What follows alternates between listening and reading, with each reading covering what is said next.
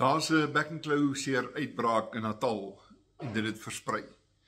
Dis opgetel by Karan Beef se mega voerkrale in Heidelberg en die ark is oop. Honderde boere kontak ons en sê, wat nou? Hierdie is my lewensbestaan. Hierdie is my besigheid.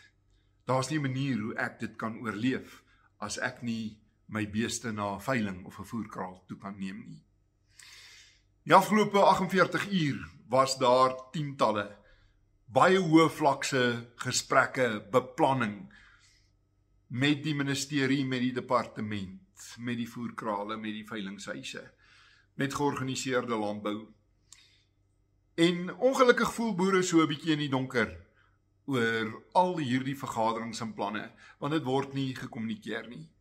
Dit is oor hierdie rede wat ons besluit het in Saai, waar die familieboere ons fokuspunt is, om môre middag 'n YouTube uitsending te hê, 'n lewendige gesprek met almal wat weet, wat gaan op die oomblik aan? Presies waar staan ons met bekkenklou seer? Wat is die implikasies daarvan?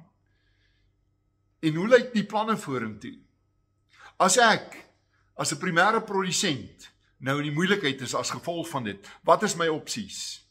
Wat moet ek nou doen om seker te maak dat ek hierdie dal van doodskaduwee gaan oorleef?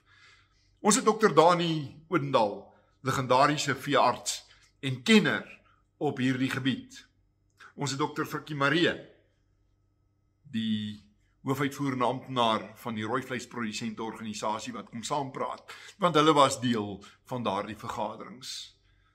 Ongelukkig het die RMIS nou pas onttrek. En dit is vir ons 'n bietjie van 'n slag.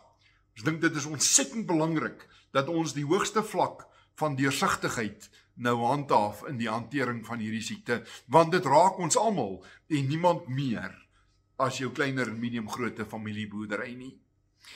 Ons gebruik die nuwe tegnologie op YouTube wat interaktief is, sodat jy ook kan vrae stel en kan deelneem. As jy wil weet waar jy nou met bekkenklou, skakel môre in op hierdie skakel hieronder.